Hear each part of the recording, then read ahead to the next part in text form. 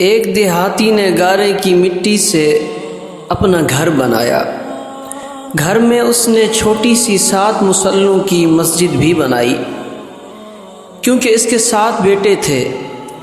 تعمیر مکمل ہوئی تو اس نے اپنے تمام بیٹوں کو بلایا اور کہا کہ میں چاہتا ہوں کہ اس مسجد کی لپائی جنت کی مٹی سے کروں، تم سب بھائی جاؤ اور جنت کی مٹی تلاش کر کے لاؤ۔ بیٹے پریشان ہو گئے کہ جنت کی مٹی کہاں سے لائیں۔ باپ کا حکم بھی تھا۔ 6 بیٹے ڈھونڈنے نکل کھڑے ہوئے، جبکہ سب سے چھوٹا اور 7واں بیٹا بیمار تھا، گھر پر ہی رہا۔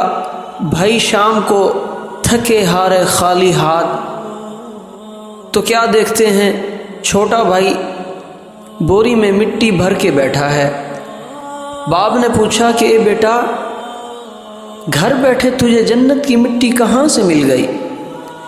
بیٹے نے کیا خوبصورت جواب دیا، بابا سارا دن ماں کے پیچھے پھرتا رہا، جہاں جہاں وہ قدم رکھتی تھی وہاں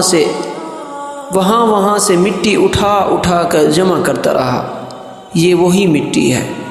تمام سننے والوں سے یہ گزارش ہے کہ اپنے والدین کا خوب احترام کریں، ان کو اتنی عزت دیں کہ ان کی زبان آپ کو دعائیں دینے میں نہ تھکے۔ السلام علیکم ورحمۃ اللہ وبرکاتہ۔